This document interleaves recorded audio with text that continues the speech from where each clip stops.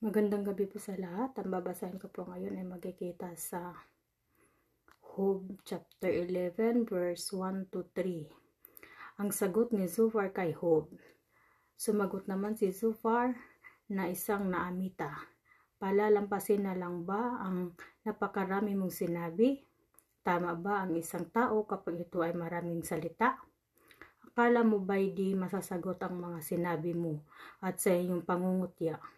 Kami di na makapagsalita. Yun lang po rin ng Diyos. God bless.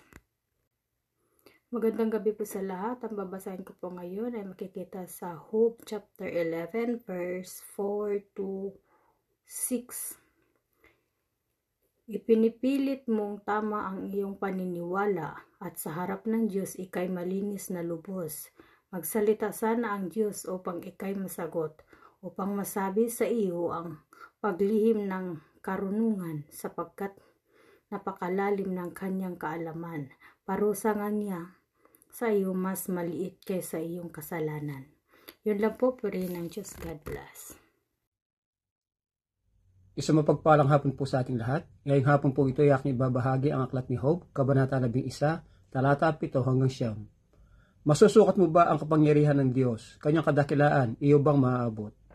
Higit itong mataas kaysa kalangitan at mas malalim kaysa daigdig ng mga patay. Malawak pa iyon kaysa sa libutan, higit na malaki kaysa sa karagatan. Ito po ang salita mula sa ating Panginoon. Purihin po lagi at magpasalamat sa Kanya. Amin. Magandang araw po sa ating lahat. Ang babasahin ko po ay mula po sa Job chapter 11 verse 10 to 14. Halimbawang dakpin ka ng Diyos, iharap sa hukuman at ipakulong. May makakapigil ba sa Kanya? Alam niya kung sino ang mga mandaraya at hindi lingid sa Kanya ang kanilang kasamaan. Ang mangmang ay imposibleng maging marunong gaya ng asnong gubat na imposibleng manganak ng tao. Job, kung magsisisi ka at lalapit sa Diyos at tatalikuran ang iyong mga kasalanan at kung pati ang sambahayan mo ay magsisisi sa kanilang kasalanan. Amen. God bless po. Hello po, good morning. Ang aking Bible verse for today is from the book of Job, chapter 11, verses 15 to 17.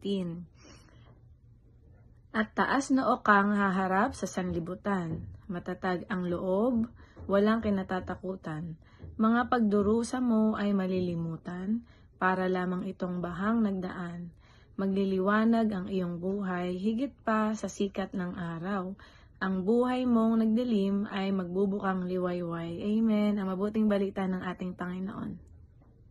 So muli po isang mapagpalang araw po muli sa ating lahat at tayo po ay nasa Job chapter 11 at ang ating pong babasahin ay 18 to 20.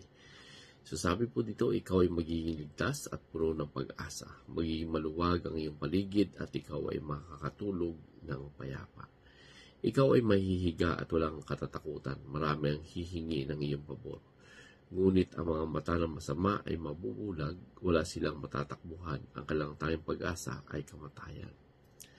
So dito po natin makikita na yung nagtitiwala sa Panginoon ay mayroon pong katiyakan, mayroon pong kapayapaan. At dito po natin makikita yung kasiguraduhan din, yung seguridad ng kanyang buhay sa gitna ng mga problema. So dito makikita po natin na yung pagsunod sa Diyos, ito po ay nagdadala ng kapayapaan sa isang tao. Kaya kumbaga kapag ang buhay ng isang tao ay nasilalim po ng kalooban ng Diyos, talagang dito po natin makikita na nakakatulog po siya ng maayos.